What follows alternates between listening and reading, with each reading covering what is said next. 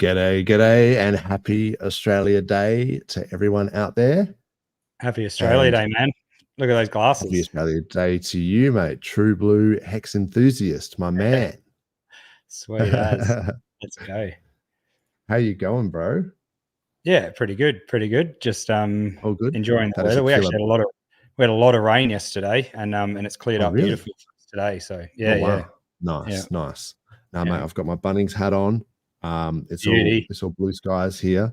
It's like 34 something degrees, so it's it's like in the 90s, I guess, for Fahrenheit. It's pretty warm. It's perfect barbecue weather. So and perfect beer weather as well. Yeah, a lot of actually on that note, a lot of I might have a beer with me, mate, over here.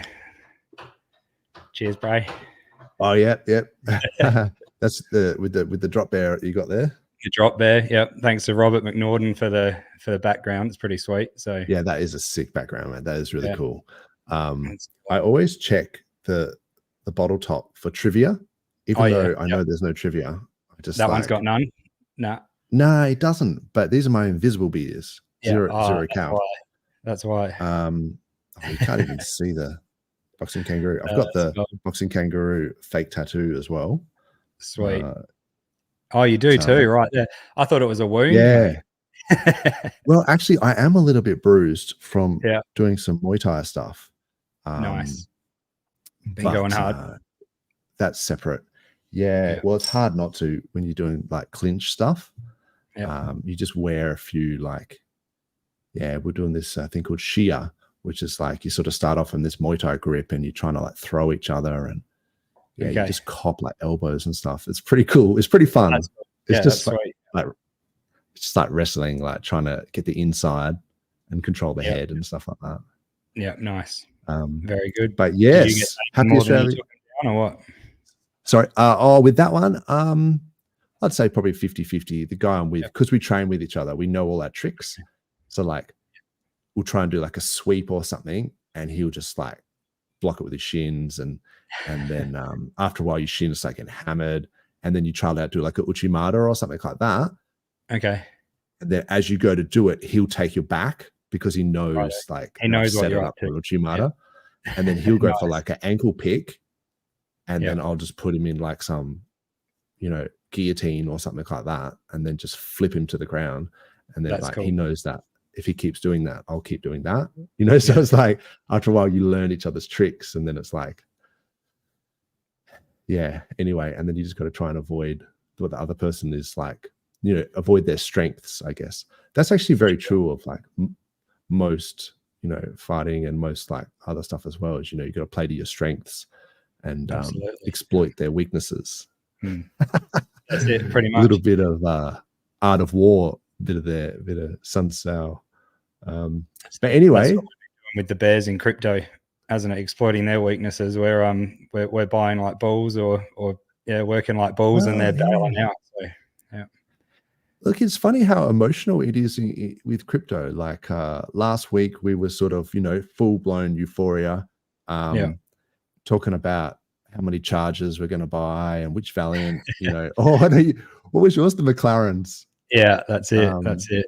The 765 or something. That's yep. That's the one. But and then so that should be like an indicator that maybe it's time to take some profits when everyone's talking about their which Lambo they want to buy. That's it. And then exactly. And then so I mean it's not foolproof, because as it was going up, you could have said, oh, maybe we should take some profits at whatever it is, 407 or something, and you would have been left behind. So exactly. Maybe it is too early in the cycle to be taking profits, but in saying that, there is a point where you kind of, like for me, it's like if you've doubled your bag or something, then maybe taking 1 or 2% of your liquid stack, just in case there's a pullback. And that dip we saw back down to the SAC rate, like for PLS, the 0001. I thought that was fairly predictable that would bounce off that as support. everyone's got that in their head at the moment. That's the spot Yeah. where everyone wants to see. So we'll move past that eventually. I mean, it could break lower than that, but at the moment, everyone's like, yeah, we don't want to see it get past that. So yeah, and the interesting thing is, and maybe I'll pull up the chart so yeah, people know what I'm talking about. I feel like I neglected the chat. I'll probably everyone's doing Aussie Day stuff with their families. Class is there. Hey, Class. That's the way. Yeah. She's putting a shrimp on the barbie or a prawn on the barbie, as we like to say. That's it. Do you actually do that? Because I find that it's only people playing on the words that actually say that. Yeah. Nah, to be fair, you just put a couple of snags on the barbie. Bloody a couple of scotchies. That's it. That's it. You know, bit of lamb kebab maybe on Australia. Yeah, or chevaps. Yeah, they're the way to go as well. Pretty good. Chevaps. Oh, you call them chevaps? That's what I call them down here. Makes them sound fancy, man. I call them chevaps. There we go. They're like skinless sausages or something, can't they? Yeah, yeah. Full of good fat, but yeah. Good old chevaps. Yeah. Nah, shrimps are gross, apparently. I actually like big prawns, like tiger prawns, king prawns, and that sort of stuff. But yeah, nice. I usually pass them on to my wife. I'm not into them, but that's all right. There's something about I don't know. Actually, I have seen this internationally, but for some reason there seems to be a lot of like seafood vans that are like parked on the side of a road, like near a railway crossing, and they're like prawns, you know, $5 per kilo or something. And yeah, for sure. Yeah. Oh, it's fucking hot out here. It's 40 degrees, you know, 100 degrees Fahrenheit. Yeah. These guys are selling prawns on the side of the railway. I'm like, yeah, it's a bit crazy. I'll pass on that one. Thanks, mate. Fruit's different. Good old strawberries or something. You can't go wrong. Oh, yeah. You get some watermelon or something. That's it. But seafood, get out of town. I don't know. But look, people, they froth for it. They're like, oh, yeah, that's where you go to get the best, you know, scallops or whatever. I'm like, really? Yeah. From that van? I don't know about that. I don't know their secret. You never know. Yeah. But the same thing happened. We were in Hawaii, and we were driving around Oahu and sort of going up to the North Shore and all this sort of stuff. And there would be like a shrimp shack and like a little shrimp thing and you just be like, are people just stopping their road trip to buy shrimp? I'm not quite sure what's going on here. Fair enough. There we go. Apparently it's a thing, man. I don't know. Oh, if you're traveling, you got an esky sitting with you, or a chili bun, depending on where you're from, or what do they call them in America? The chili bun. That is a Kiwi thing for sure. Yeah, that's it. It's like they call them flip flops. It's like, mate, it's a thong. It's a thong.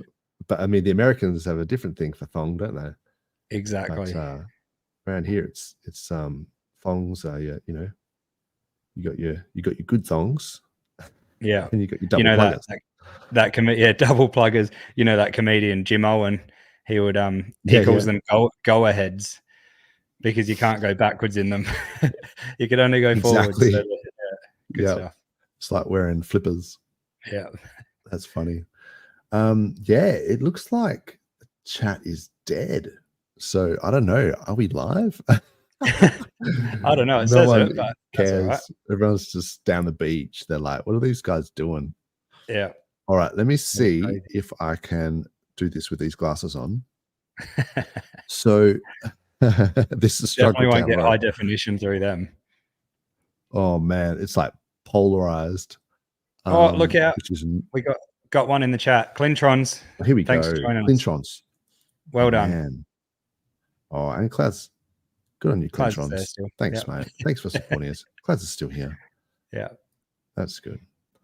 So yeah, I was just talking about this, you know, this was like last week or something when we were like talking about buying Lambos. And then there was, I think it was Rackham Michelle, one of his guys from his pool. I should maybe clarify. That was the theory, that there was a whole bunch of people pulled and sacked for PLS that in one of Rackham's pools, and that he dumped, even though he went out and told everyone that people would be selling too early. Yeah. But maybe he can't control, you know, the whims of people in his pool, but maybe he shouldn't have chosen that person to go in his pool. I don't know. Yeah, there might be some impatience from other people. It's like that thing if you onboarded someone, like I'm glad I didn't go hard on the sacrifices because I was actually new to crypto then. So you know, really? in a way it's a blessing, Yeah.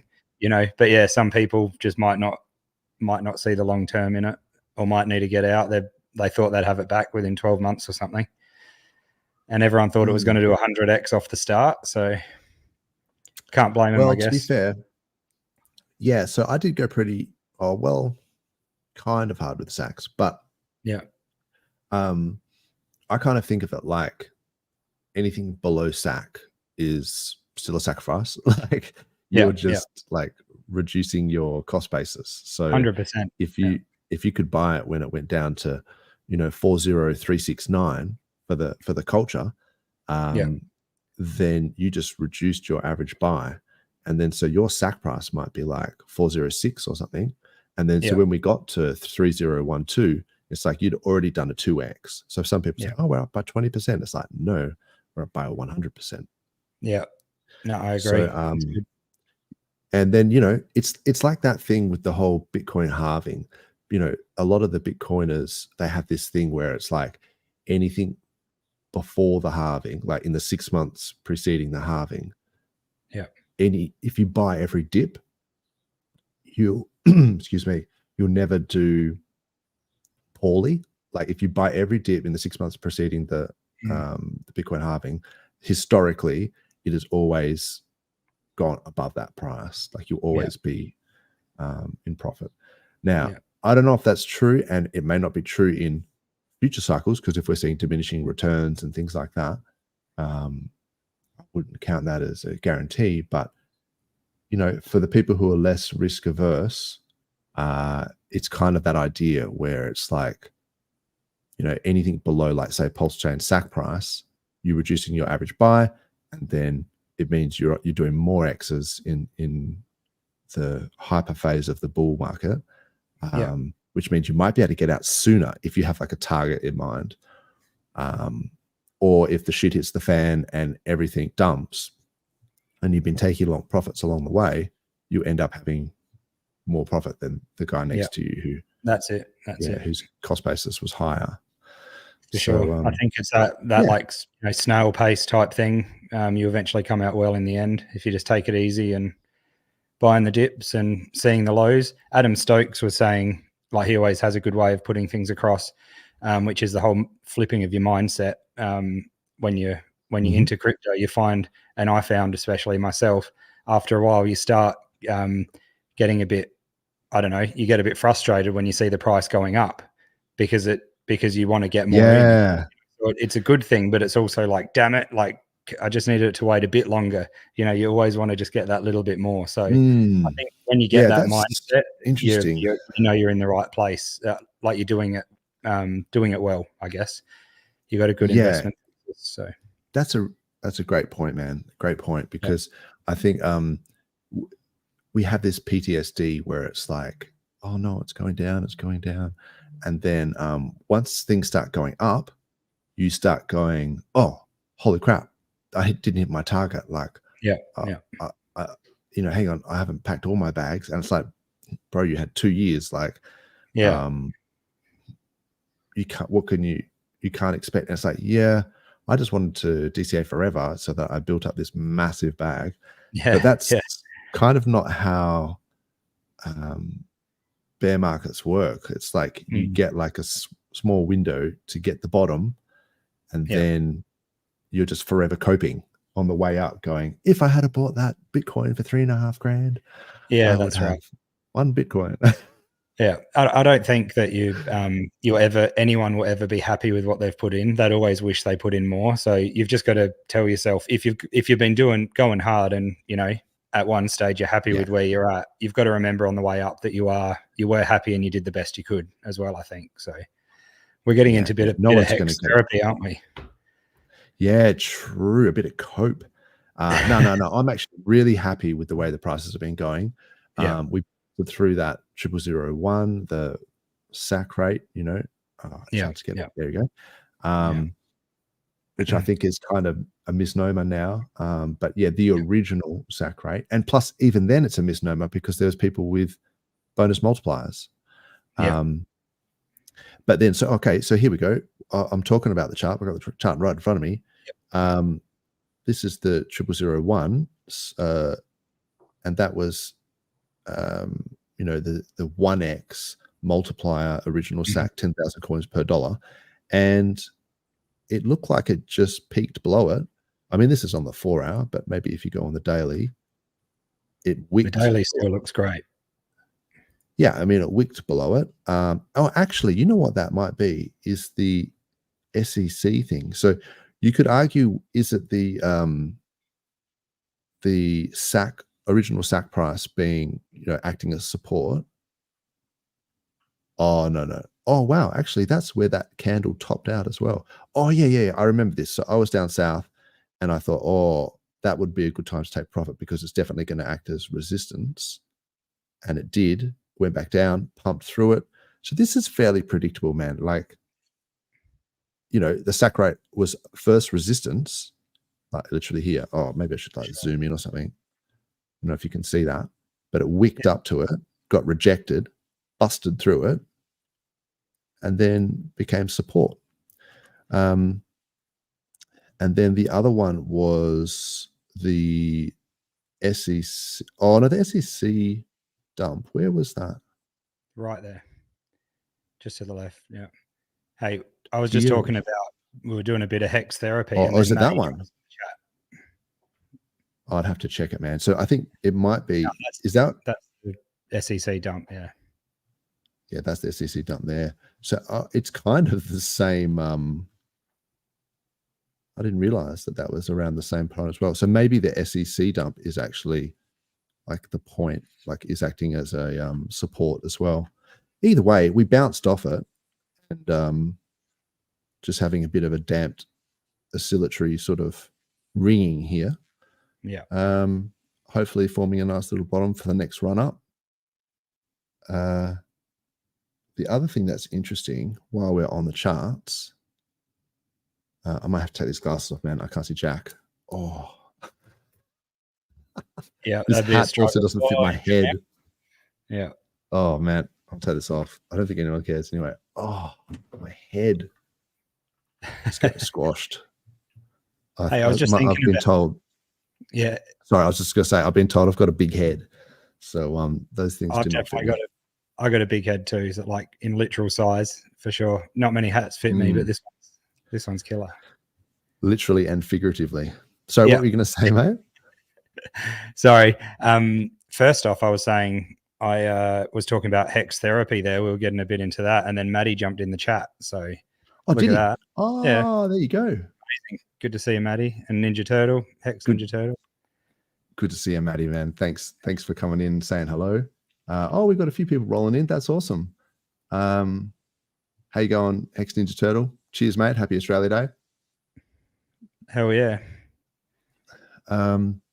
So yeah, I was just briefly going to say this Hex PLS ratio as well. If you actually price it in PLS, wow, I can see. I've talked about this in previous streams, right?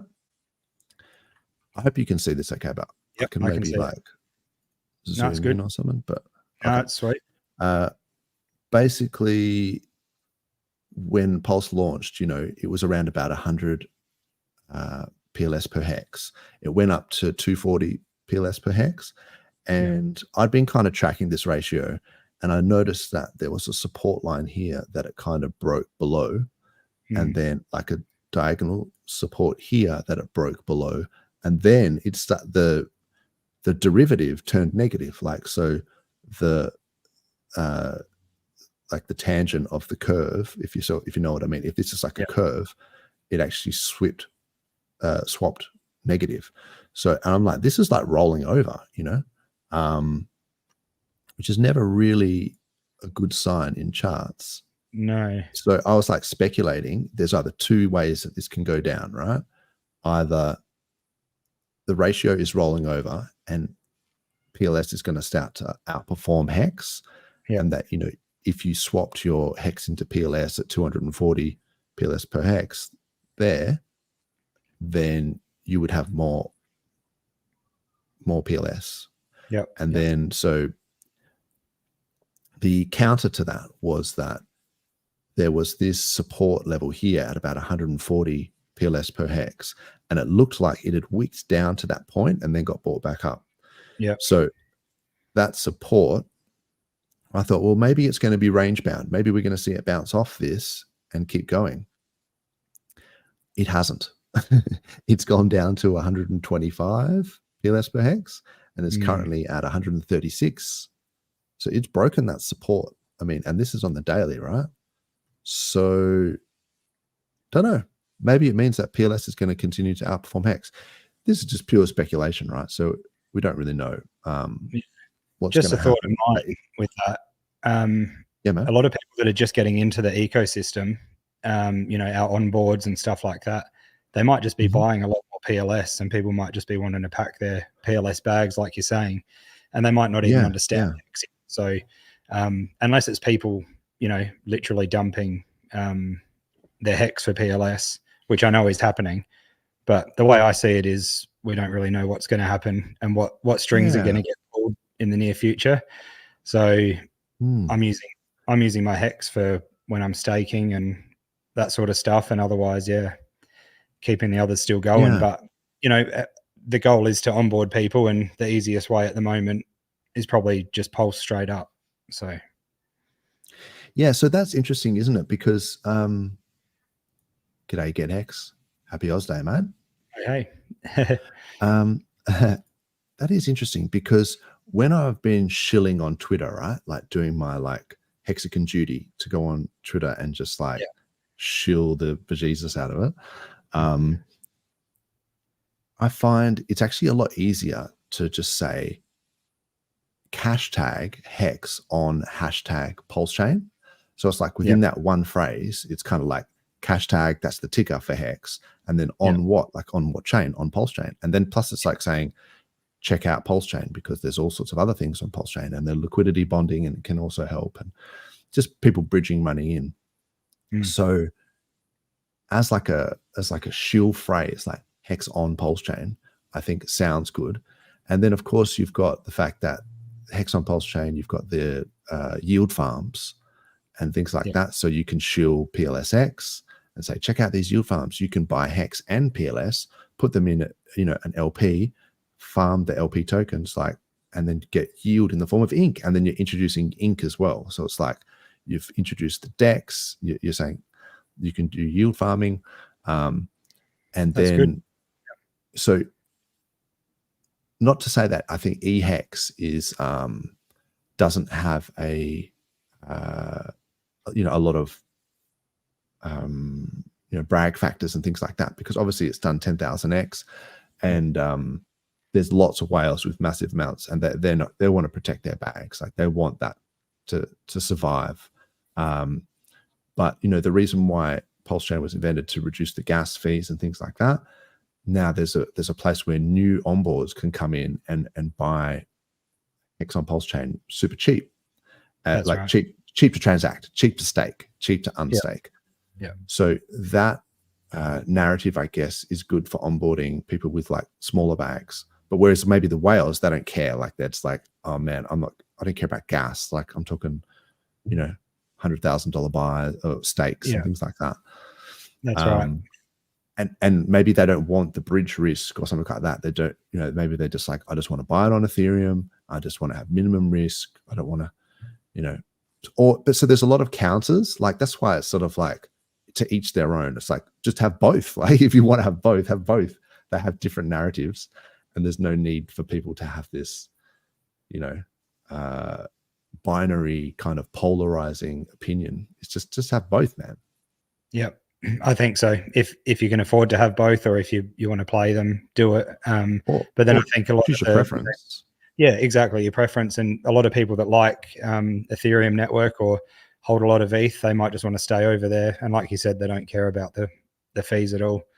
But yeah, and so the new onboards, I'd be going towards PulseChain and just teaching them that way, because that's going to be the future of it anyway, I think. But yeah. Yeah, I mean, that's my preference. But, you know, I'm not like a whale buying up, you know. So for me, for maybe the cheaper players and things like that, where the gas is cheaper, it's easier to play around on PulseChain. But so the reason why I brought that up was because Ivan on Tech was on Crypto 7's stream the other day. And shout out to Crypto 7 and Tangent. Shout out to Tangent. So good. They did a really good job. And it's amazing that they can get Ivan on there consistently. Like, this is like the third time they've done it, right? Yep. You know, Ivan's probably one of the biggest streamers out there, and they get him on. But I noticed Ivan was like trying to stir up the Hex Civil War thing. Like, oh, which one is the fake one? Like EHEX, exactly. VHEX. It's like, bro, there's no fakes. Like, they have different use cases, and you could make arguments for both. And I get the whole thing about like splitting the buy pressure is not a good thing. So it's better to have like, you know, single messaging and just say, like I was saying with the Twitter, like Hex on PulseChain or whatever. So that people, but then maybe EHEX gets neglected, and then that could be an opportunity for a savvy investor. So, you know, you don't have to cry about it. You can just choose whichever one you want. Yeah, exactly. And there's liquidity pairing across both of them. So I think we're going to be fine. No matter which one you choose, I think you'll do all right. But it's the same with, like you were saying, people maybe swapping, you know, that might have traded their Hex for Pulse and stuff like that at the top of that ratio. It's up to you what sort of trader you are or what sort of investor. If you're playing around trading, you could also do yourself in and get left behind if you make the wrong decision, 100%. or you could just be one of those people that just come in, put a little bit in, dabble, and away you go. Speaking of, or you could just stake and chill. Yeah, exactly. That's so it's a risk tolerant. It's a risk tolerance thing. Like, everyone has their own risk spectrum. And you have to choose, and it's like a proportion of your bag. So you don't have to go all in on one of these things. Like, exactly. But sorry, what were you going to say? Yeah, I mean, it's the same with even liquidity providing and the trading and stuff. If you're home or if you're wherever you are with your computer and you're able to be there to do things really quick, all good. But if you don't have time to be sitting around all the time and making these quick moves, you could do yourself in. So that's how I see it. But yeah, what I was going to say, you were talking about Tangent and Crypto 7 and Ivan. That was a good strat. That was really good. I just noticed only about an hour ago, I haven't watched it yet, but Ben Armstrong, Bitboy, just put out a Hex video.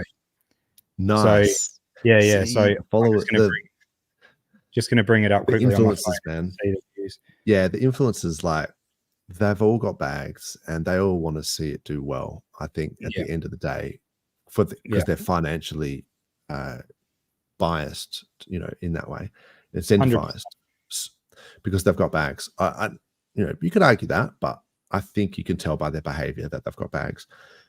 Yeah. So it's a 6-minute video he did. So I don't know how far in depth you can go with that, but anyone that wants to check it out, it's Hex and PulseChain Explained by Ben Armstrong. Sorry, he's not Bitboy. yeah. Bitboy got pulled up by the cops, as far as I remember. Yeah, true. So this is an interesting thing, is that, so we can talk about Bitboy and we can say, oh, look, that's great that he's talking about Hex to his followers and things like that. And it's okay to have like opposing viewpoints and still like it when that person talks about, you know, your project or whatever. I've talked about that with like B Roots and stuff. It's like, I'm not really a fan of his methods, but if he's getting adoption, fair enough. It doesn't mean I'm going to go out and buy PDI or whatever it is. I'm just saying, if it gets people in, if people want to do this whole, you know, I've got 1,000 PDI, and if it goes to $1, then I've got $1,000. It's like, that's on you. But it's good to see the adoption, and I want people to like at least think that teddy bear is going to go to the moon or whatever, and then they come in, and maybe it will, and good luck to them. But so when Bitboy and these guys are shilling, I don't necessarily like, I'm not a huge fan of Bitboy's like style, and like same as like Ran from Banter and things like that. The whole just shilling 50 different coins and then like, and getting them for free and then dumping on the people like midstream. So you're someone like behind the scenes, and as you're shilling and people are buying it, they're dumping. Exactly. So I don't respect that at all, and I think that it's poor form. And it seems like there are a lot of these guys are like that. I think Ivan is a bit better. I think he's not the same. He's not as he seems a bit more down to earth, a bit more sort of like, he'll tell you if he's selling. Like he's not trying to dump on your head like behind the scenes. Like he's like saying, look, I was thinking about selling and be a break even soy boy, but I'm not, and I'm going to diamond hand it. So he's being honest.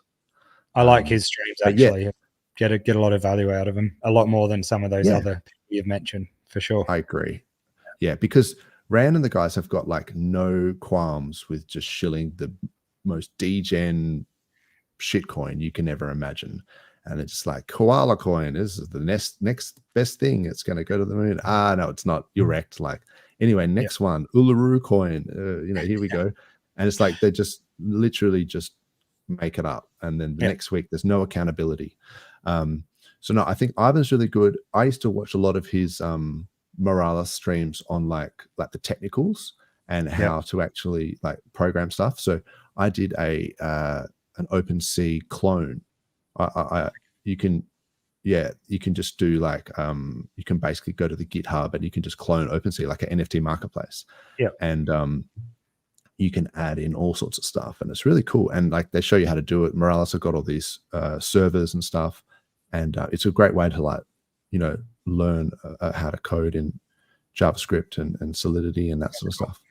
So I think because he's come from that background, he seems a bit more like he's not just scamming. Anyway, shout out to Crypto7. I really like the consistency of the streams that he does. Like he's always in there. And, shout out to Matty Allen as well, because like this is the same thing that I like about both these guys, is that they're turning up like multiple times per week, like nearly every day. Yeah. It's hard work, man. Like, you've got stuff to do. So full credit to these guys. So show your support. And if you can, go to Crypto7 and, like and subscribe. And if you get someone like Ivan on, hit the reminder so that you can support him with the views and in the comments and things like that. I think that's really important. But it was interesting to see. I got onto that tangent because of him talking about like the EHEX, PHEX Civil War thing. Yeah. But he had some other really good things as well. He was talking about having like a foundation for the chain and having like a, what do they call it? A grants program. Yep. So it's just to support and encourage developers. That's a bit of a controversial one for me, because like if you go to, I won't pull it up, but if you go to like Polygon, their website, they have a whole bunch of stuff on their browser that's on their website that's like careers and contact us and grants programs and physical addresses. And it's like, hang on a sec, how can you apply for a job to work at Polygon? Like, is this just a company? Like, I thought we're talking decentralized blockchains. Yeah, that's right. Doesn't that make it a target for the SEC when you have an office and a place where you can apply to work? If you're applying to work or applying for maybe grants or something like that, you may probably have expectations of something. So the way that we... Yeah, sorry, you go. You got it. No, you go ahead, man. Sorry to keep interrupting you. I think it's these headphones. There's a bit of delay. I was just going to say about probably what you're getting to, but with PulseChain, I think there's enough support within the devs that if you came to someone asking for that or with your ideas, they probably wouldn't even go telling what these ideas are or doxing your project. They'll probably be willing to give you a hand rather than needing some sort of crowdfunding for it. There's not many not many projects that actually ask for funding. So I get where Ivan's coming from, like in terms of the infrastructure, if they have to have server rooms and have to pay for electricity and this and that, they can't lose money, like it's a business, right? So I get that. But also it depends, like with these grants and things. So if you're building infrastructure, I would support it. And I mean, I don't think the cost is that large, right? So if, you know, Buck and the fiat guys want to just pay for it, you know, with their lunch money, then it's probably not a big deal for them. Because they're doing $500 super chats and all this sort of stuff, willy-nilly. So so maybe it's not a big deal. But in terms of a grants program, to give grants for projects, if you're making a project and you're hoping to do it for profit, right, and you're going to be basically exposing, you know, a whole bunch of our community to your product that then earns you money, why should we pay you money so that you can build a project which earns you money? Like that's it's kind of like, if you're going to earn money, then you got to take it like a regular business. If you do a startup, you might not be in profit for the first 2 years. Like that's literally how all businesses work. Like they have to build up their business for 2 years without profit, and then they start making profits. So to expect people to subsidize your building, I think is a bit unrealistic. But infrastructure is different, because that's like, we want to have all these APIs and all these sort of data feeds and things available so that other people can build. Exactly. Yeah. So yeah, that was my sort of takeaway from that whole Ivan thing, was like, I think it would be good to have the foundation or whatever, and like a decentralized foundation where people can donate and then they can support infrastructure. But I'm not for just supporting any old project. Like say, for example, we've just heard recently that there's this tornado fork site that's come up for privacy. Everyone's FOMOing into it. Yeah, that's wicked. Oh, you know, privacy, and that's great. But where's the testnet version? You know, where's the audits? You know, hang on. Like, I've never heard of these people. Are they doxed? And they probably maybe shouldn't be doxed. If you know what happened to the founders of the tornado guys.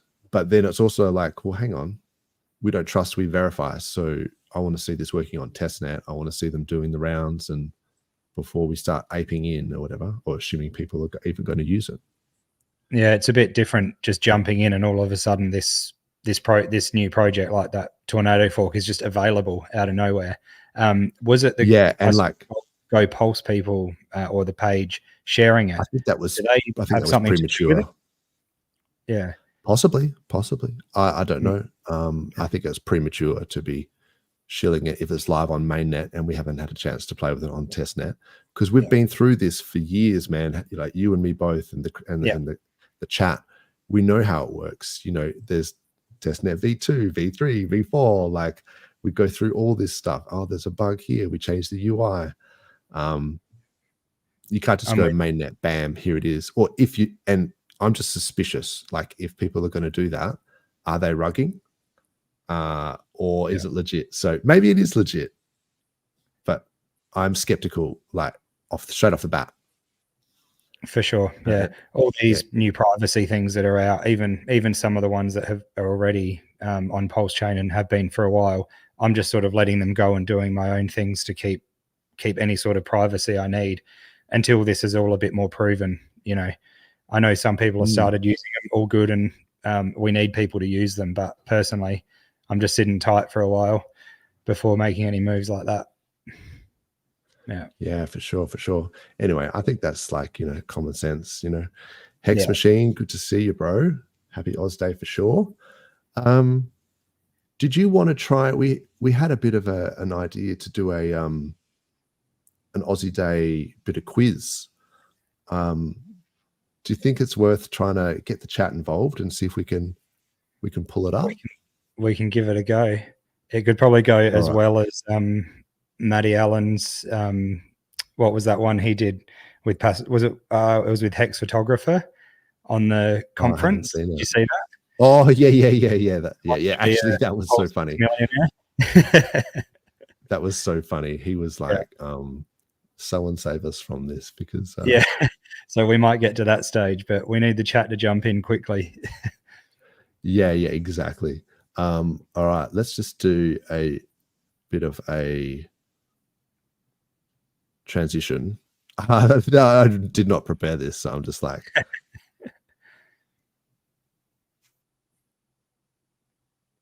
oh, I can't hear it. Oh no, Can't hear it. Okay, fail. Let me see if I can do that. You had it going before. I think what you got to do is you got to share the tab, not the window. Oh, yeah. Take two.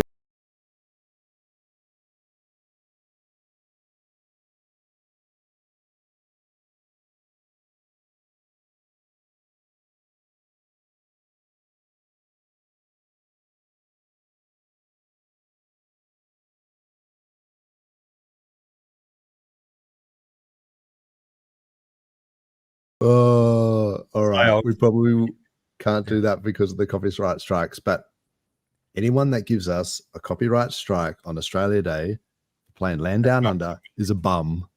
That's un-Australian. That is very un-Australian. And that's the, you know, the Bob Hawke reference where he was saying when everyone had hangovers after the America Cup win, and he was like, any boss who fires his employee if he doesn't turn up for work is a bum. Yeah. Pretty good. That's so good. Yeah. And Bob Hawke, the people may not know that, bit of Aussie trivia for you, considering we're about to do some trivia, is our prime minister, ex-prime minister, had the world record for sculling a beer in the yard glass. Yeah. The fastest yard glass. Yeah, he had the world record sculling the fastest, like a yard glass of beer. Yeah. And he used to, at the cricket every year, they would be like, oh, look, there's Bob Hawke in the crowd. And they were the whole crowd, like, you know, go nuts. 50,000 people at the SCG or whatever, just going, skull, skull, skull, skull. And he just smash it. Like he's like 90, just smashing these pints. The people's champ. You got to love it. He was the people's hero. Why is everything getting so serious these days? Bit of fun, I know. That's it. Yeah. People need to chill out a bit, eh? Oh man. Why is this not working? Okay, cool. So yeah, let's do the quiz. Yeah. I think all the Aussies are gonna smash it. But for sure. Here we go. Oh, Hex Sailing. Hey. Love it. I haven't seen Hex Sailing before. Have you? No. What a champion. That's cool. Amazing. Sailing anthem. Yeah. Land Down Under.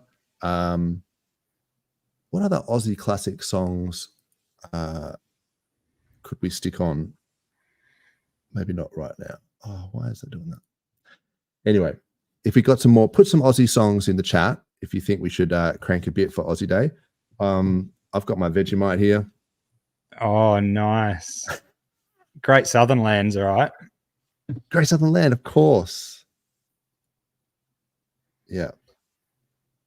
Why is that? Oh, there we go. Great Southern Land. That is actually one of my favorite. Yeah, Ice House. Anyway, let's do this. Let's do the slang thing and then we'll stick it on. Okay, so in the chat, put in some Aussie Day tunes for the people. I don't know if you're listening to Triple J Hottest 100 or whatever, turn that off and then put us on and then tell us what tunes you want us to like put on, and hopefully we don't get copyright strikes. But first question for the Aussie Day slang competition, and there is no prize for this competition apart from the beer that you're probably already drinking. So what does if you get it right, you have to skull everyone. Not that I'm going to be, because that's not a good look on stream, but you know, obviously you got to be sensible, don't you? I'm going to have to get another beer in a second. What does Australian slang term dobber mean? Anyone in the chat? Let's have a look. Class is going to have to do all of these because she's the only one listening. We might be no pressure, class. No pressure. Now, term dobber. Is it a lazy person, a tattletale, a type of sandwich, or a skilled surfer? All right, let's just get this going. It's a tattletale, people. If you got to Slang, right, there we go. Yeah. Grimmerl. Oh, she's still on Aussie tunes. If Aussie says they're going to go to the servo, where they're heading? What do you servo? True Aussie. You're a dinky die Aussie bloke. Where would you be going if you're going to the servo? Yeah. Shopping mall. The mall.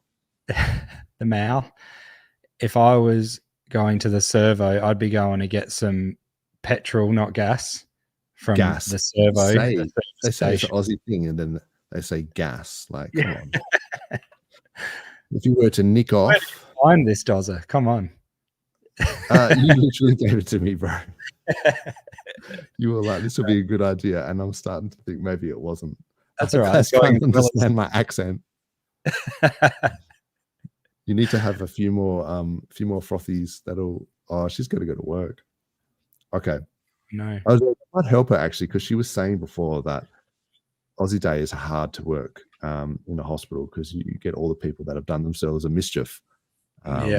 Some sort of injury, you know, they've been shot with a bow and arrow or something, and they're just like, so what were you doing? Well, I was standing on an esky, and then my other mate kicked me the footy, and then I got shot with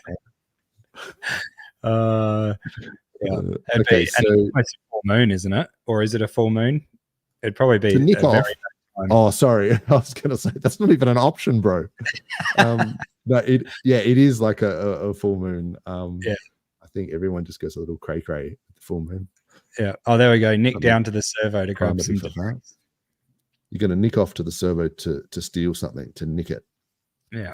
No, it just means you're going to nick off, to go away. Yeah. If someone says they're crook, what does it mean? Aussie's so loud. Oh, I nicked down the servo to get some durries. Yeah, that's the way. Some Winnie Blues, mate. Yeah. Oh, Winnie Blues. Oh, that's some Winnie Blues. See, I don't smoke, so I don't even know if they sell Winnie Blues anymore. But back in the day, it was always about the Winnie Blues. It's bad from an annoying yobbo standpoint. Yeah, she has to live with me, so that's unfortunate. You're looking like a bit of a yobbo today. Yeah. This is my transformation. Once I get off stream, this is just how I rock and roll, like every day. Yeah. And then I put on the polo shirt for the streams. Yeah. Melbourne Cup fillies do go crazy. Like they just it's like America's bloody Girls Gone Wild or something, and they just, I don't know what it is, but they just so trashed. It's not a good look, actually. I don't know. It's not a good look, and I don't actually see why it's so good to go that hard at the races. I guess it's the only thing to do. No. Yeah. Maybe it's because the races are boring, and you have to I don't know. We're going well with this quiz in the chat. Get paralytic drunk. Oh, speaking of which, what does it mean if you crook? Fully sick is what Clintron said. Sick. Well done, Clint. Right. Thank you. What is the meaning of the Aussie slang word dag? And you have to say dag.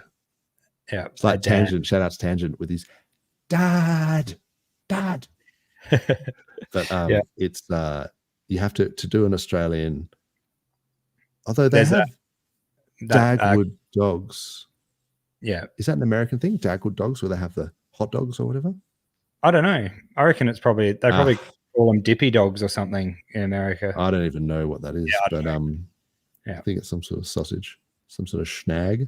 Yeah, but no, dag is it what? A dag is definitely a humorous or eccentric person, I reckon. A dag, I'm afraid that is not. No. A dag is like, this hat is daggy. Yeah. So, maybe, I don't know. Maybe I should have read that question more. I said an annoying person. I said, I mean, maybe you were being like facetious. I don't know. Let's get this happening. Number 5, you. Yep. Okay. Well, we'll see. And Australian slang, what is a snag? Oh, it's when you're fishing and you. You can't get the line out. Yeah, And we're going to go for Goose in the chat. That wasn't one of the options. Thank you very much, Hex Machine. That is a silly sausage. What does it mean for someone doing a Harold Holt? Oh, this is funny and sad at the same time. So let's start with the funny thing. This is when you're at a party or a barbecue and one of your mates, okay, I'm just reading the chat. Clintrons is going, goes with a frothy. That's true. That was the snag. And if we're going a bit quick, that's the snag. Yeah. And if you're getting a frothy, if you really want to be Aussie, you got to say frothy with an F. A couple of frothies. Yeah. That's when you've had too many frothies and you start saying frothy. Just when you when you say bloody oath, you say bloody oath with an F. So the only way to bloody do oath. Yeah. Or you just say canoth because you can't be bothered saying the whole word. So that's actually a little hint for the Americans out there, or from anywhere that's not Australia, is the secret to sounding like an Aussie accent is literally taking a word and then just minimizing the syllables in it because it's too hot and we've had too many beers and let's just go down the pub and, tomorrow arvo or, in the arvo. Like you can't say afternoon. It's too long. Yeah. We don't have time for like that. People we don't from have overseas energy for it. Much effort into saying Aussie. They say Aussie. And it's like, no, Aussie. You're supposed to say it lazy. Just Aussie. Yeah. That's it. Aussie. Yeah. Just like drawing it, like the least amount of effort. That's it. Oh, that's the way. Quinny Gin. What a legend. Very nice. On Sandy Beach. Haven't seen you in here. Hey, see you everywhere else. Sandy Beach. Nice that's to join. The spirit. Happy Australia Day. Thank you very much. I've got a bit of a Sandy Beach in the background here. I've driven past a place called Sandy Beach in Australia before. Ooh. And when I went past, I was like, better not dock, sir, but I'm sure you're not. I'm sure you are from America, which is where I'm pretty sure you chat from all the time. But to be fair, there's probably a few called beaches are sandy, aren't they? They are sandy.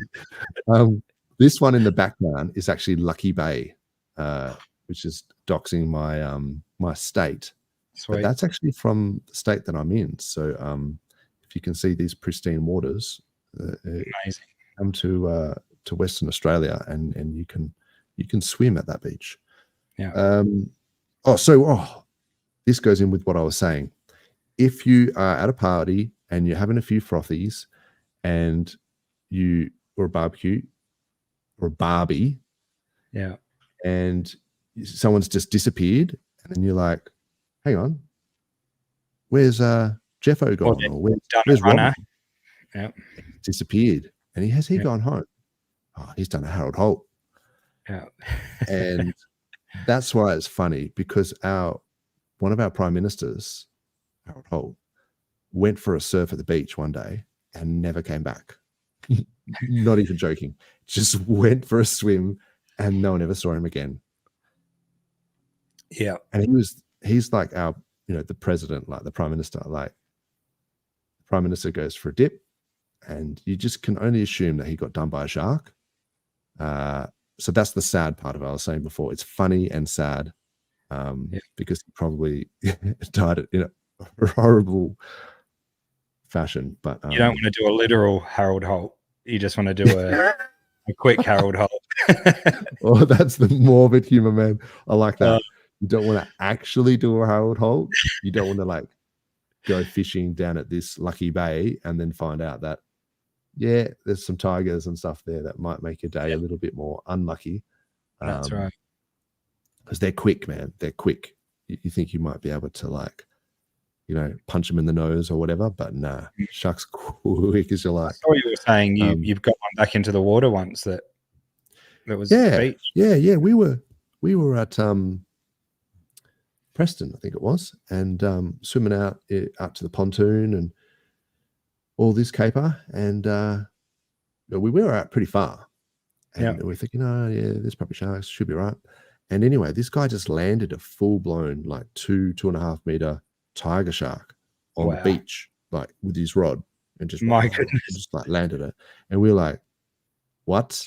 And you could see all the tiger stripes and everything along the side of it. And we're going, bro, like, what are you doing? And he's like, oh, I've been fishing all day. I finally caught one. And I was like, yeah, but we were just swimming there. Like, and there's lots of families and stuff. Crazy. And anyway, he was like a young guy, and he was like, and I go, well, what are you going to do with it? You got to put it back, because you could see it starting to like asphyxiate on the sand. Yeah. And I was like, bro, you got to put this back in the water. And he's like, well, my dad's coming. He's gone to get some side cutters. Yeah. And I'm like, man, this fish is dying. Like, you need to put it back in the water. Hey, and I don't think you can keep it. You have to put it back. So we're not waiting 100%. For that, for your old man. So yeah, and it was actually my friend who like dragged it out, and I was trying to help him. Like, here, I could grab it obviously by the tail, and we're just like trying to drag it back in. But because it's like, you know, you got to keep away from the pointy end. It was like, and I'm like, bro, like, do you need me more? And he's like, no, just get away, because like you're about to get bitten by a shark.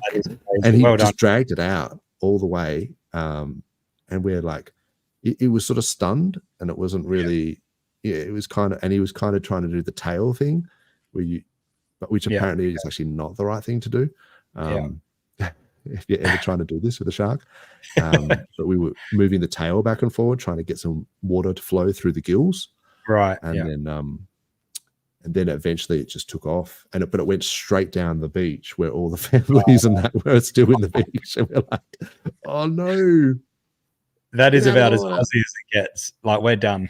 Can it get any more Aussie than that today? Wrestling a shark to get it in water. Pretty good. Yeah.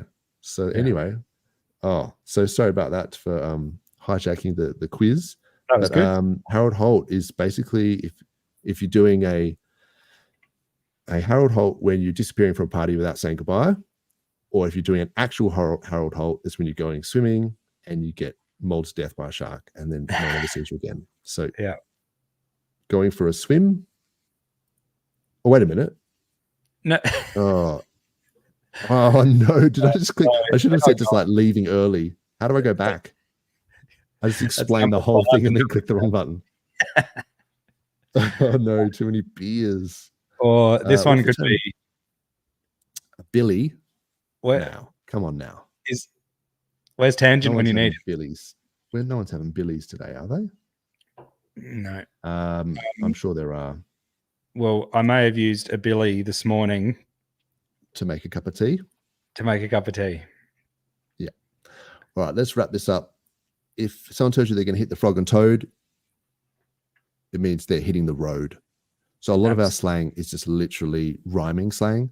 So to leave or depart, that's what is confusing people, because it's frog and toad, hit the road. It's like saying, I'm going to make like a tree and leave.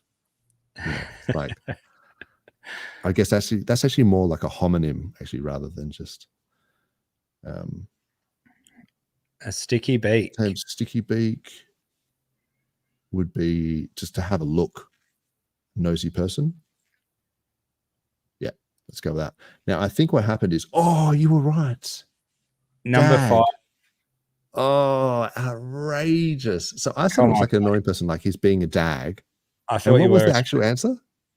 Oh, mate, the actual answer is like someone that's a bit out there, a bit different. They dress a bit, a bit funny, or gotcha.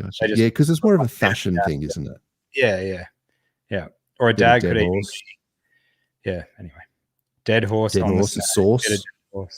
Dead horse is sauce. This is the rhyming slang. Clintrons knows what's up. So sometimes people, like I've got a friend that always insists on calling me Chine. He goes, "G'day, Chine, how you going?" And it's like, for anyone else who doesn't know, it's because China plate rhymes with mate. So he's just saying, "G'day, mate." But it's like, sometimes he'll say, "G'day, China, g'day, China plate," and you're just like, "Mate, just say mate." Like, it's the same syllables. Yeah. Dead horse on the sauce for sure, on the meat pies. Very good. So yeah, which other one did I get wrong apart from dag, which I very rarely use? It was it was the one I accidentally clicked with the Harold Holt. Yeah. Because I was look, to be fair, it's hard to see with these glasses. So I'm just going to blame that. Yeah. All right. We did it. Well done. Cool. That was slightly painful. Yeah. I don't think I'll do that again, like the quiz. And then we should make our own next time. Yeah, I think you have to do it properly, like not just half-ass it like I did. Oh, rage. Can you hear that? Yeah. Yeah, there you go. So this is what it's all about. Looking at goannas. Pumping a bit of Great Southern Land.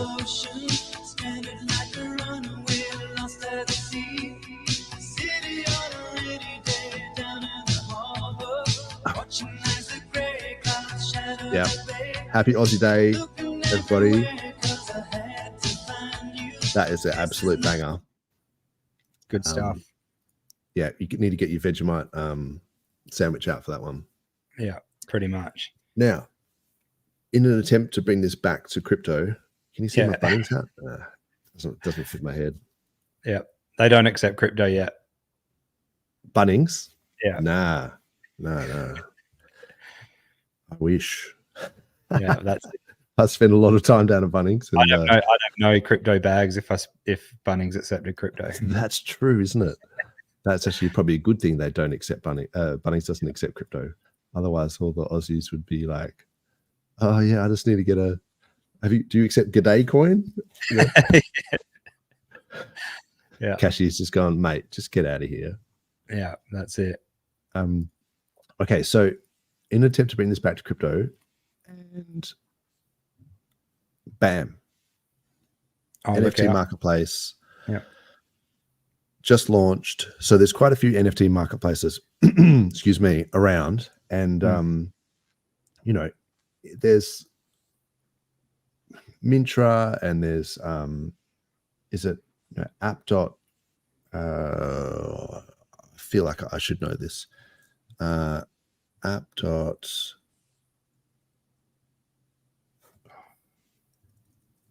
there's NFT on Pulse. Yeah. So like, I don't want to be like just only shilling other, things, but you got NFT on Pulse. Oh, Pulse Market is the one I'm thinking of. App.pulse market. Oh, is it? No, pulsemarket.app. That's what's throwing me. I'm not sure on that one. What is the 9mm one, the one that Tane Gang's using the most now? Yes. So this is like a slow way of me getting there. Apologies for all. But yeah, there's Pulse Market. There's a whole bunch of others. But this one is new. This is 9mm. So these are the guys that do the concentrated liquidity, the V3, like Uniswap V3 fork, asymmetric liquidity providing. So you get more sort of, you earn more fees when you do like the concentrated liquidity.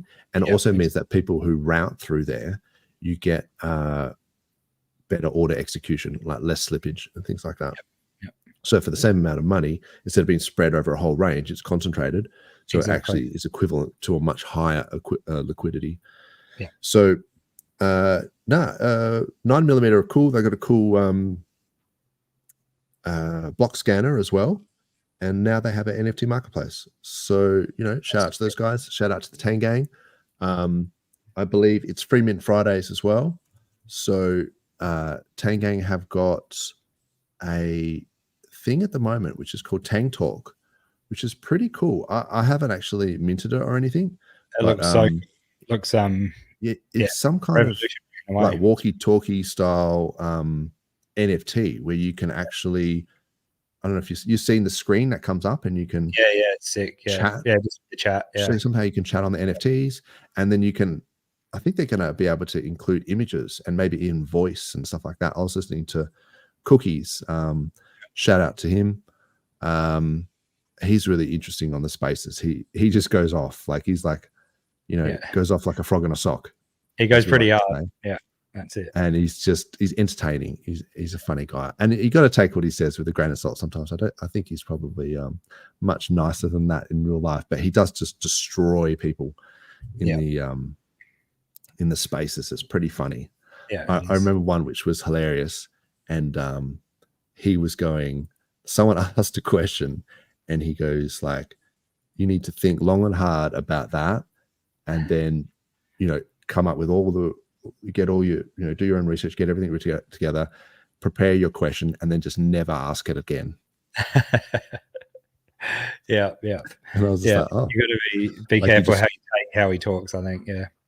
Yeah. And then, but he was like, just joshing, like, and then he answered it, you know. Yeah.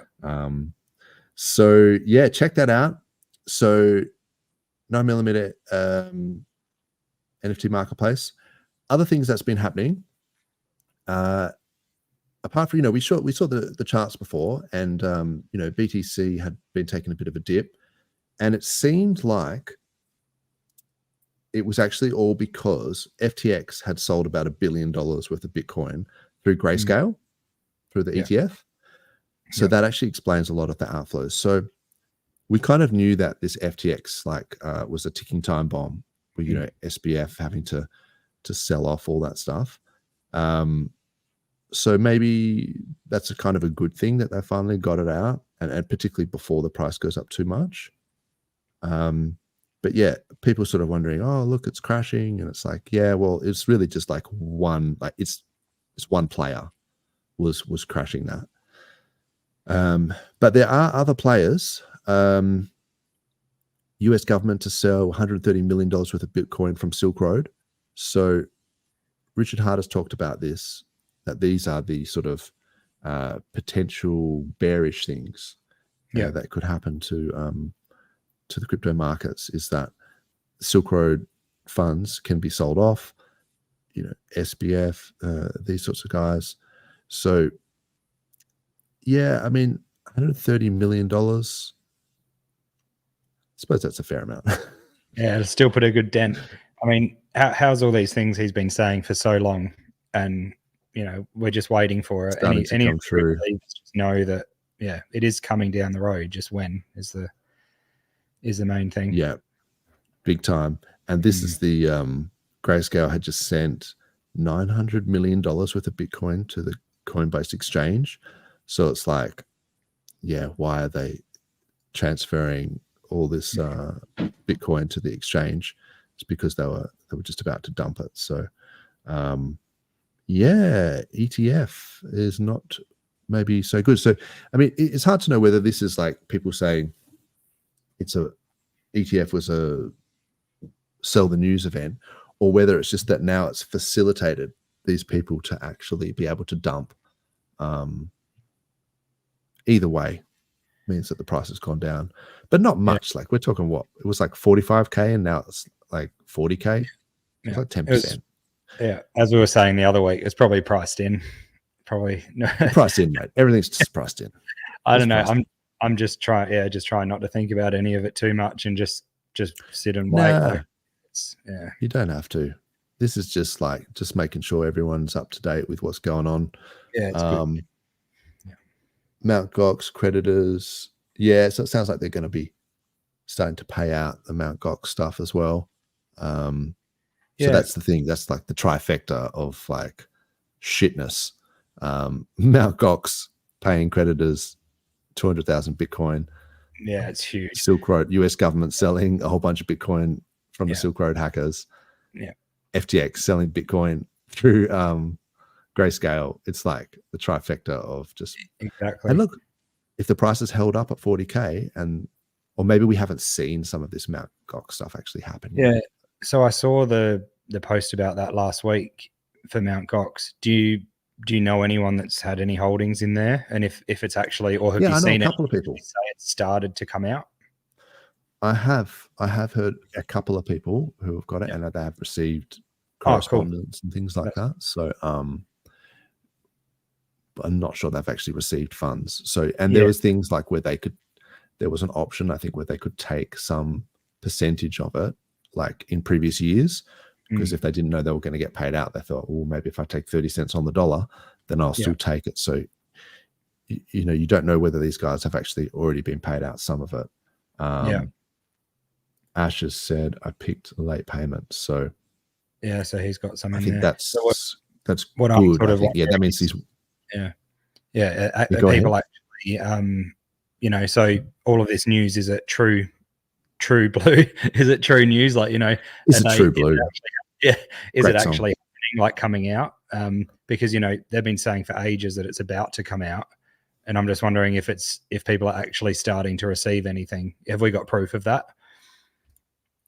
That's all. It'd be nice to see if someone actually said, hey, I had some coin in Mt. Gox and I've received something. So anyway. Yep. 100%, man. I was just going to see if anyone in the chat has got any information there. Oh, I missed some stuff here. So Clintrons to bolt, nothing more Aussie than rhyming slang. Yeah, I think we stole that from the Poms. But anyway. Oh, I should have bought some more G'day. Did G'day pump today or not? It's going hard. Did it? Or not? I was like, it's had a good run. You know lately. what I should do? I should buy some G'day. Okay, so yeah, Ash knows what's up. So I was going to see if I can throw some tunes in here, keep the party going. We're so going to get copyright strikes for this. I apologize. 43. Don't say you've gone. Oh, good one. Say you've knocked off for a smoker, and you'll be back later on. Hey, true blue. I'm just going to grab another beer. I'll be 2 secs. Hey, true blue. Give it to me straight, face to face. Are you really disappearing? Just another dying race. Hey, true blue. Ooh. Now beef there, Dinkum. True blue. That's a good one. Yeah. Apologies for bringing the mood down with that, but that is an Aussie classic. Yeah, definitely. And I've got a new beer. Thank God for that. Refilled. Yeah, I don't know if we can play it on here. We probably could. We played a bit of it the other week, but that Super Wog, they have a wicked one for Australia Day. It's so good. That's funny, man. Those guys. There's nothing Australian about taking drugs and shit in your pants. Yeah. Happy Australia. I love that line. Yeah. That was so funny. Yeah. Oh, that was good chats, actually. I liked that. Made me want to buy a Valiant, though, big time. Yeah, I was like, that's it. Yeah. So Thank you for bearing with me with that intermission. I was going to talk about a couple of things. You know, we're talking about like Bitboy and stuff and saying, you know, these guys, whatever, you don't have to like them, but whatever. Similar thing with exchanges. Actually, this is not the one. This is a different one. So this is Crypto Coffee thing. He shouted it out. It's not affiliated with Crypto Coffee, but Crypto Coffee is a legend. Everyone knows who he is. Yeah. He's got lots of really good videos on, like, for anyone who wants to know how to do things. He really explains it really well. And probably one of the premier streamers out there for Hex and PulseChain. But he just mentioned this and I was like, oh, I'd never even heard of it. So you can just do swaps. It might just be literally, you know, whichever it is, like a widget for using one of these dApps, and then they've just put it on their website, or maybe it's their own sort of swap. I noticed you can actually choose like Monero and stuff like that. So that's actually hard. So that's to on get. Ethereum network, The Ethereum, you can buy PulseChain or whatever. You can do swaps. So I guess it's like a cross-chain swap, but it's kind of an exchange. So you're probably not getting the best deal. You're probably getting slugged with fees, is what it boils down to with these things. That's how they work. The other thing is, we've just been listed on Bitcoin Try, Bitcoin Try, I guess, bitcointry.com. Not sure that's the best name, but anyway, It's probably a bit entry. I don't know. Anyway. Yeah, but it's try though. Yeah, I don't know. But yeah, it is kind of like it should be pronounced, maybe not how I'm pronouncing it. But the point is that if you've got Hex on an exchange, it means you can set limit orders, like stop limits and things like that. Cool.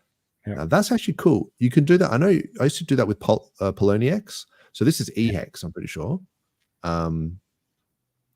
But yeah, I used to be able to set limit orders and things on PoloniX.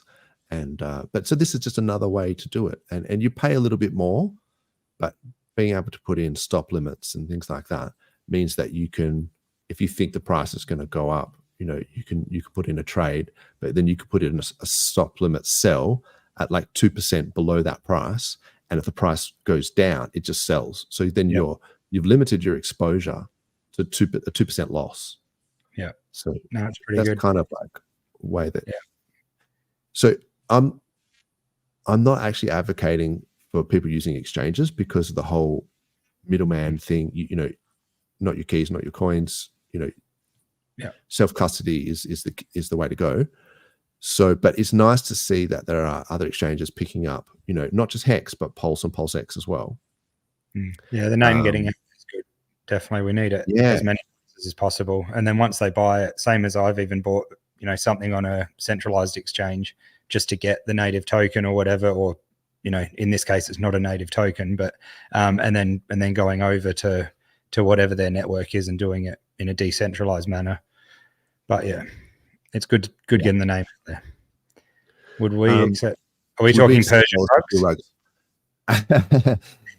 In actual fact, no, I wouldn't accept dollars to shill rugs at all because I'm sort of just opposed to that.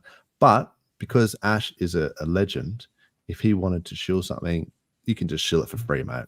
I'm not terribly fussed. So, but yeah, I wouldn't charge people to shill stuff. I actually would generally only shill things. And the thing is, if I shill something that I think is not a good project, I'll straight up shill it and say, do you know what? I actually don't think this is a good thing. Like I'm doing right now.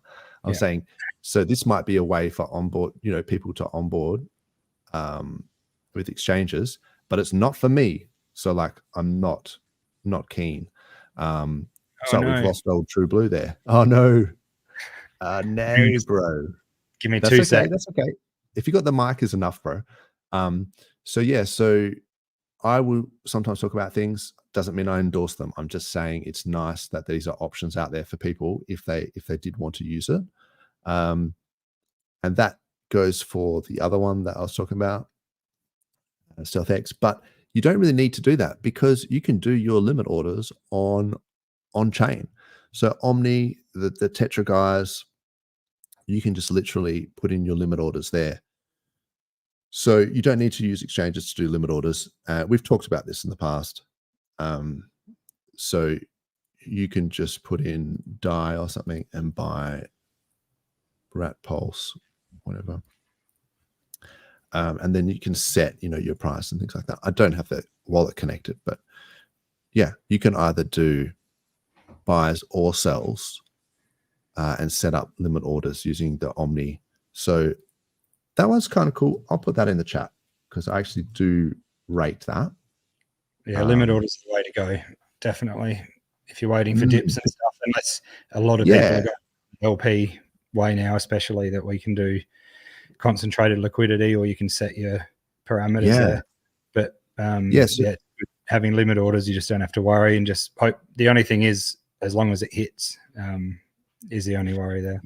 Yeah. So say, for example, if you thought that we were talking about before that the 0001 was going to act as resistance and you weren't going to be around for it and you wanted to sell at 00095 or something like that, and you could set it at just, whatever, I'm not saying sell your whole bag, but if you wanted to and you thought that was going to act as resistance, then you could go down the beach or whatever, and then later on, and then maybe it pumps and then it turns out that you shouldn't have sold or whatever, but then you think, okay, that's going to act as resistance, and then it's dumping, and then you could put in a buy order. So in that case, you wouldn't make any money. But I'm just saying, if you traded it right, you could actually increase your bag. So, but yeah, so limit orders for the win. Interesting that you said about the V3 liquidity as well, because I was wondering about the liquidity. So like say eHex, for example, if you look at the 1% and the 0.3% pools, you can this is the Uniswap. You can actually see, so this is to the left is the price going up. So as the price goes up, this is like a liquidity wall. And you could argue that this is a sell wall at this price, 0084, and the current price, oh wait, hang on. Current price is 0084. This is at 0.025. So that's actually pretty high up, to be fair. But it's also a liquidity, so people can do massive buys in this range and they'll get less slippage. So it's interesting to think about that. Yes, it's a sell wall, but it's also for the big whales that want to buy. This is where they'll get the least amount of slippage. If the price was like right here, then that actually is a good thing to provide liquidity there. Exactly. But also you might think about putting a limit order at 0.023 because there's a lot of sell pressure there. Things like that. I don't think the 0.3% pools has anything quite as obvious, but you can see these, wick things here, and each time it steps up. So that's one way to think about it,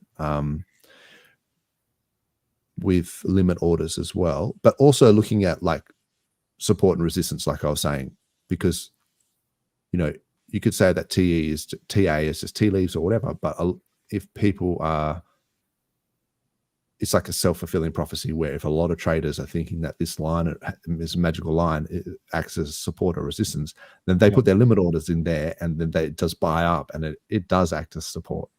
So I think that's what people sometimes fail to realize. I'm actually looking at, if you go into look into maxi.com. Yep. If you go to buy now, it's pretty cool. It's got all of these.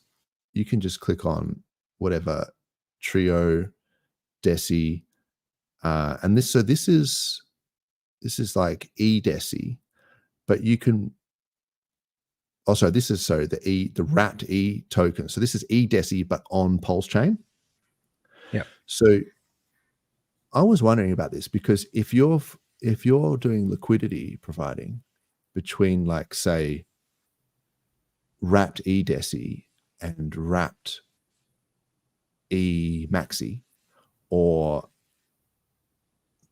PHEX and wrapped eDeci and things like that, you actually wouldn't care so much if you ended up with more or less of the other, because I mean it's basically like swapping between eHex and PHEX, but it's also like you're getting the the staking pool like from Deci. You're actually, it's better than just eHex because you're actually getting the staking yield as well. And I've noticed that premium as well has gone down because we've been talking about it a lot. Yeah, I know everyone's been talking about it too much shilling. Everyone's been talking about it, man. There's a pool on the PHUX. I know it's not V3 liquidity, but with the Maximus stuff, and there's an Ethereum, like a wrapped version of that pool as well. So if you're not worried about what one you end up with, it's pretty good just to be sitting in there and being able to buy and sell in the background. Yeah, I'm actually would be stoked to see PulseX add more pairs, because I really like the yield farming to earn ink, and I would love to be able to do concentrated liquidity like V3 style on PulseX to earn ink on like wrapped eDeci and PHEX, for example. I think that would be cool. And so this is minus 30%. It used to be minus 40%. So maybe this premium is not going to last forever. Damn it. Yeah, we're like, exactly. it's the go and all this stuff, and then now people are actually buying it. Ash agrees. Oh, family trust. Oh, that's a bullish sentiment. Start a family trust because PulseChain is going to make you filthy rich. I added the filthy, but Yeah. Trusts like do actually cost quite a bit to set up. They do. But I think in the long run, they're worth it. But it's kind of like, for me, it's like, if you're going to spend 10 grand setting up a trust, are you not better just to spend that 10 grand buying the bottom? And it's kind of like, RH has kind of said in the past, if you're buying like mining equipment and things like that, it depends on where you are in the cycle, because if you just bought that mining equipment and bought the bottom, you probably do better off. Yeah, he's even said the same about, starting businesses and stuff. If you've got money to put into it, then should you just be putting it into buying the bottom? But it's a big risk as well. Business is a big risk too, though. Yeah, it can keep dropping and all that sort of stuff. So yeah, you never really know for sure. This is the Pulse coin list. Shout out to these guys. I had the Hex Scout thing up, by the way. I didn't mention it, but I think everyone knows that was Hex Scout. So look into Maxi. There's a whole bunch of them. Look into Hedron, look into Hex. You're looking at liquidity and things like that. But this and of course Hex Scout, shout out to those guys. I noticed that in that Ivan chat, Tangent did a really good job of actually mentioning Hex Scout on that Ivan stream. That was great. So shout out to Tangent. I think that was a genius idea, because it's a really good onboarding tool, Hex Scout. And as is this, pulsecoinlist.com seems to have a whole bunch of projects and things like that. I don't know what half of these things are, so I can't vouch for them, but yeah, it's kind of cool. And this site has got heaps of shit, like, although, oh man, we got to wrap this up, because I'm just drinking beers and talking too much. But I was looking at the ERC20 to ERC20 percentage difference, and I was looking at E-Hedron and P-Hedron, and then E-ICOSA, P-ICOSA. This is wrong, man. These guys need to fix this. So this is saying that P-ICOSA, or it's saying E-ICOSA is 0.08, and then it's P-ICOSA is 0.2. They're not. There's about 17% difference between the two if you go on Pateus. So I'm a little bit concerned that they haven't updated their price feeds or whatever. Yeah. But the reason why I was looking at that is because Alex has been talking about in the Telegrams, Hedron, so this is a little bit of alpha for those still listening, is that with this new version 2 upgrade for the Hedron and ICOSA contracts, when you're doing the upgrade, if you're using E-Hedron or P-Hedron, or if you and we talked about this in the past, where it would have the same purchasing power in the liquidation auctions for the HMIs, and so that maybe having the E-Hedron was a better play because it's cheaper and has the same purchasing power as P-Hedron. But also, if you're upgrading the contracts from E-ICOSA to V2 ICOSA, it's going to be the same as if you're upgrading from P-ICOSA to V2 ICOSA. So in actual fact, if you're wanting to buy ICOSA, you should probably buy E-ICOSA, because then, so I've heard, not financial advice, that it will have the same upgrade ability into the V2 ICOSAs. So there's also a potential ARB there, right? So depending on how you play it, you might be able to actually ARB the difference. So I won't talk about that too much, but that's something that I was thinking. Yeah, I really need a Crypto Sloth deep dive on what's actually going on there, because it sounds like there's also the option to not upgrade. Am I right? Yeah, so there's always that option, man. The market does what the market does, I guess. So, but the problem is going to be the liquidity, right? So if no one supports it with liquidity, you may not be able to sell it or buy it. Unless you provide liquidity, but then you're just selling into yourself. So that doesn't really make sense. Obviously it's the market and stuff. It'd just be nice to know. It'd almost be nice to like put the other one to bed and everyone upgrade. A bit like other tokens have done. They've just canned the other one removed all liquidity and moved over. So just to avoid any confusion or anyone thinking, oh, what if we stayed over here? But yeah, the upgrade should be good. I'm looking forward to see what happens, and I've loved the Icosa and Hedron project, and been going pretty hard into it, and really enjoying it, and the staking, just all that, another type of derivative of Hex, the way it all works. But I definitely don't want to unstake any of my Icosa stakes because it's got a decent T-share rate in there. Yeah, for sure. Yeah, and same as the Wattses and things like that. I think it's going to be interesting. So this was just so there was a couple of things I saw in that. They were talking about the Wattses. You would be able to bid on them using Icosa and Hedron as well. So that was going to be interesting. So they were going to put the Wattses on in this marketplace. You could actually bid on them using Icosa and Hedron. So that was really cool. The other thing they were talking about is like, I don't know if this is worth having up. Yeah. You don't have to tokenize it anymore. They'll stay in token form. There was a bunch of other things, but the interesting one that I thought about was that I thought was interesting was that he was saying that if you mint your Hedron, so say you've got a 10x bonus, then each time you mint Hedron on that HMI, it goes down to 9x, and then each time. So people thinking they've got 10x Hedron, to mint on these HSIs in perpetuity may not be the case. Once the upgraded to HMIs, so people might, some people have just been living off this stuff and just been minting Hedron every month and just dumping it. And so the argument is that it's destroying the Hedron chart by people who can just free mint 10x Hedron on their stakes. So if they're doing this all the time and every 2 weeks they're just like minting some Hedron, then it's going to go 9x, 8x, 7x, and then eventually, say they did it once a month, within a year they would be down to no more multiple on their Hedron. So yeah, that's interesting. Oh, here you go, Clinton. Love your work, fellas. It's pool time. Catch on the rest later. Party on. Yeah. Understandable, bro. Enjoy the pool. I think we'll be doing the same shortly.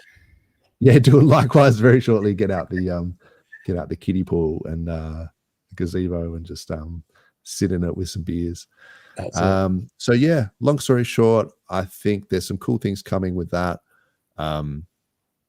He's cooking, and then also just the fact that it might make it slightly more bullish for Icosa and for Hedron if it means that people can't mint 10x multiples on their Hedron, eventually like diminishing the amount of X's they can mint, then there's going to be less Hedron like minted and dumped on chain.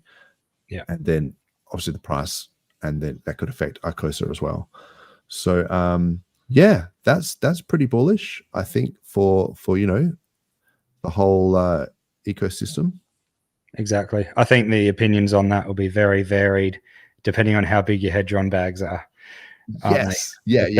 Stakes, how big your expenses are. Yeah, I've got stakes and I'm in Hedron and I sell Hedron as well. So it does affect me if they do this, but I think maybe for the overall system, I think it's better. But yeah, some people will be probably spewing about this. But yeah, I think that's pretty much it, man. Did you have any other stuff that you wanted to bring up that we could chat about before we? No, I think I'm pretty good. I think it's we've done our duty of Aussies, and we're still working hard on Australia Day. So happy Australia Day, everyone, and hope you enjoy the rest of the Arvo. And if you're not Australian, thanks for joining us and getting involved. It's been nice. So yeah, definitely. Thanks to everyone for helping us celebrate Australia Day, and I hope everyone has a great weekend, long weekend here, and hit the beers and in the pool and all that good stuff. And thanks for the chat for participating in the old the quiz, even though it was a bit poorly organized. No, it was good. It was a bit of fun. It's all cool. Cheers, Ash. Yeah, thanks everyone for all the new ones in the chat. That was really cool. Yeah. Thanks, Hex Enthusiast. Thanks very much, man. And we'll catch you guys next week. No worries. Awesome. Yeah. Catch us.